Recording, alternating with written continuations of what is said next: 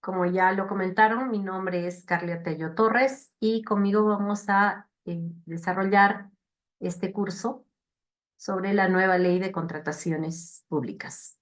En este caso, como les decía, vamos a llevar estas sesiones, son 6 sesiones en las que vamos a aprender un poco sobre la Ley General de Contrataciones Públicas, la Ley 32069. Como ya lo dijeron, pueden poner sus preguntas por el chat para que en un determinado momento también podamos empezar a absolver estas preguntas. Dentro de esta primera sesión vamos a ver algunos aspectos generales de la normativa de la Ley 32069. Vamos a ver la normativa de contratación pública en el tiempo, la finalidad de la ley, el ámbito de aplicación y los supuestos excluidos, y los principios rectores de la contratación pública y finalmente los enfoques de la ley. ¿Cuál es el objetivo de esta presentación?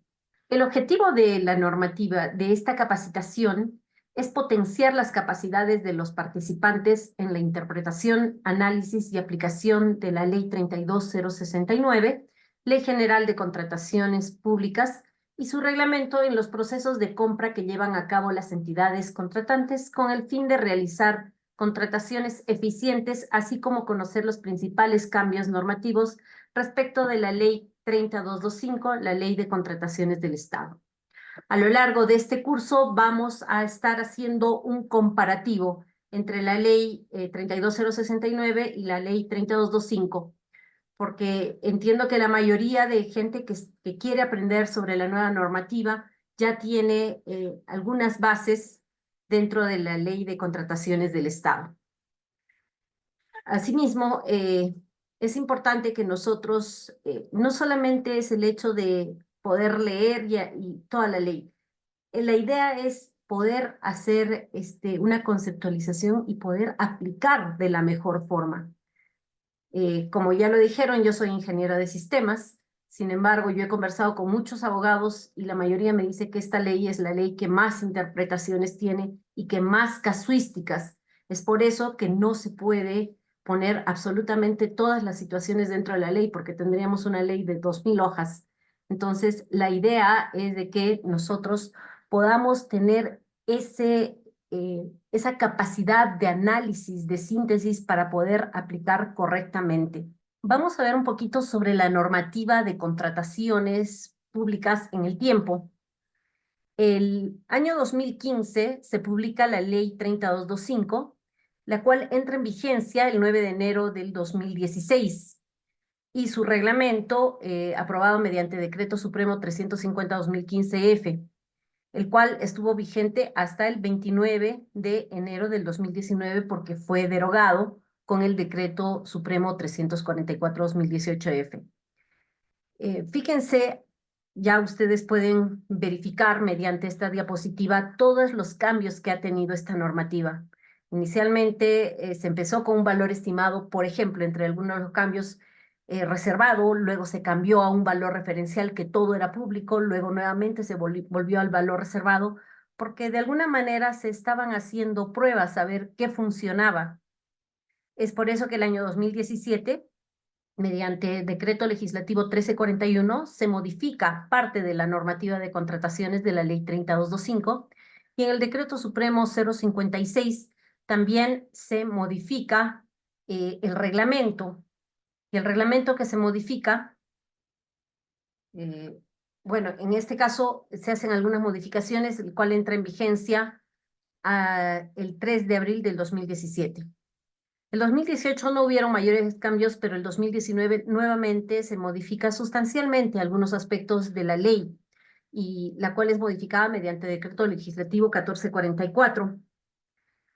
Y el reglamento también se modifica mediante Decreto Supremo 344-2018-F, pero el cual entra en vigencia aproximadamente en enero del 2019.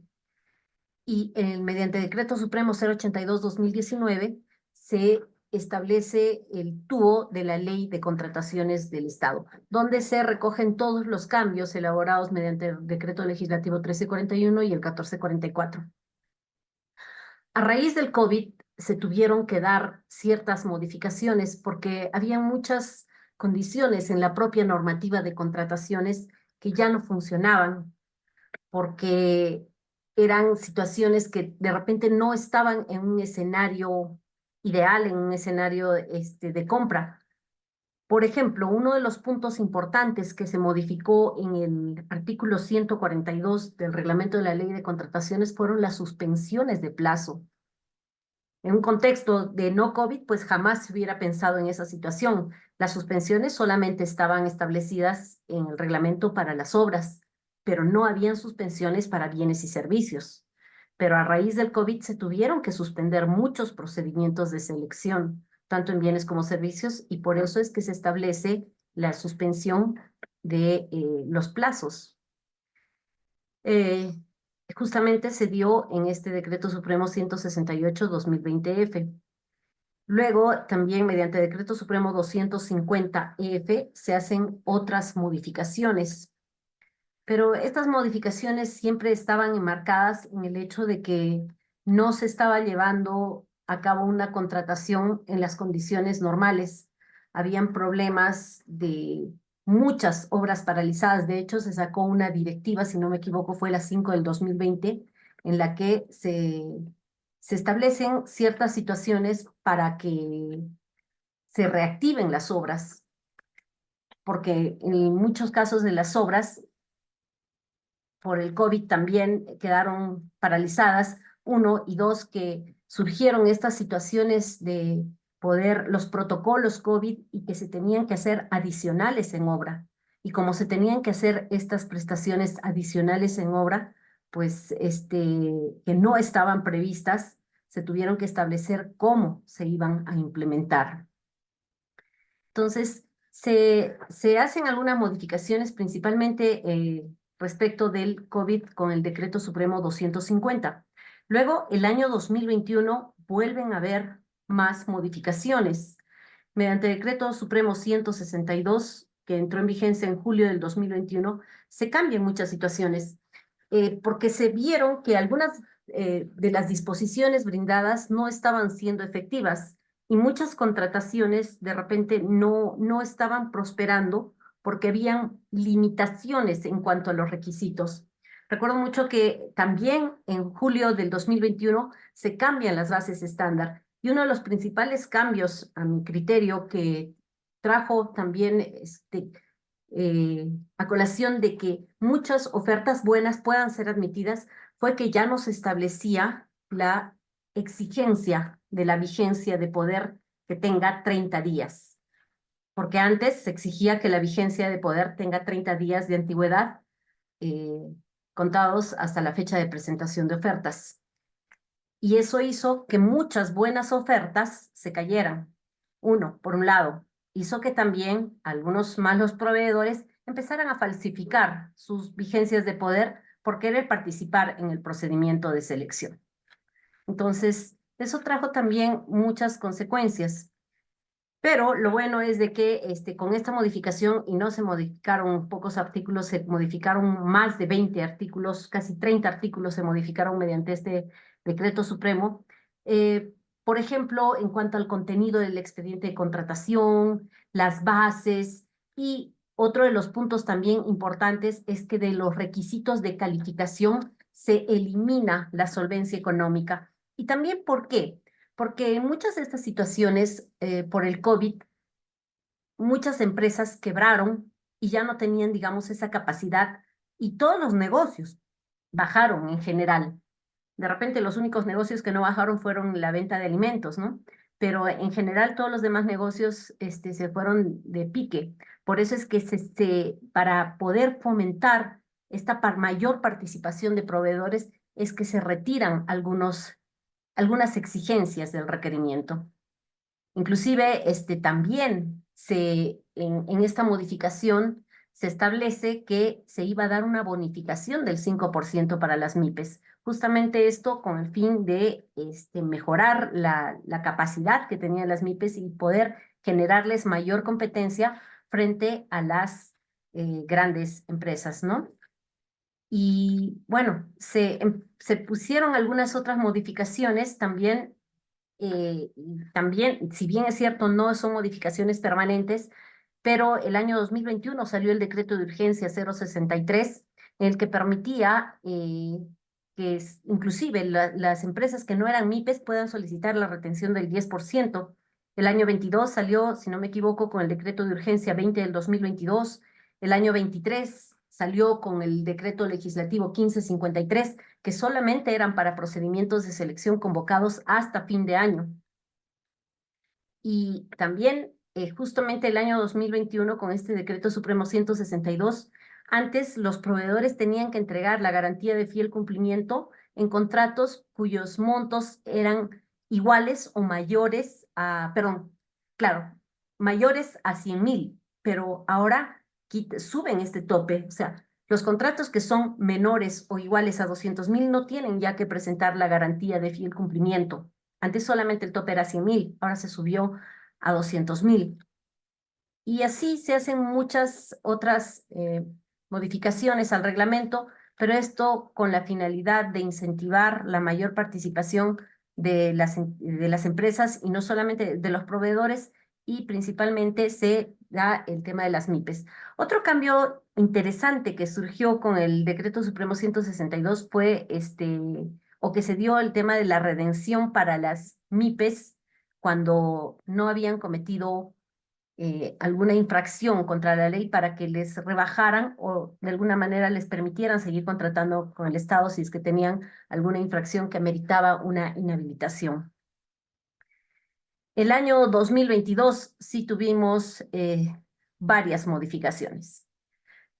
Primero tuvimos la modificación mediante el Decreto Supremo 169 en julio, el 234 en octubre y el 308 en diciembre.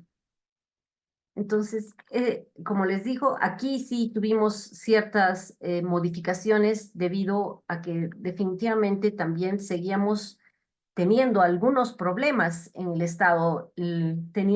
Seguíamos con procedimientos de selección que no se estaban ejecutando. Y es por ello que se modifica la normativa de contrataciones.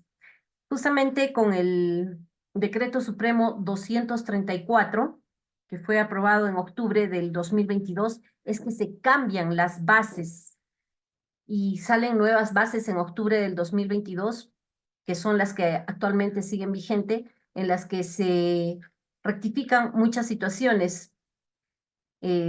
Hablamos de modificaciones dentro de los requisitos de calificación, en el caso del rechazo de ofertas y para el caso de la firma del contrato. Porque antes, no, de repente en el tema de los plazos y procedimientos para el perfeccionamiento del contrato, no estaba muy claro establecido cómo iba a ser cuando el primer lugar perdía la buena prueba. Y justamente con estos puntos se establece más claramente, se precisa en el reglamento y se van aclarando. Porque a veces cuando uno escribe algo y lo lee muchas veces lo entiende muy bien, pero cuando lo lee una tercera persona, de repente no tiene la misma capacidad de comprensión o tiene otra forma de comprensión que no estaba establecida y tenemos diferentes interpretaciones de la norma. Justamente por ello es que se precisaron ciertas situaciones.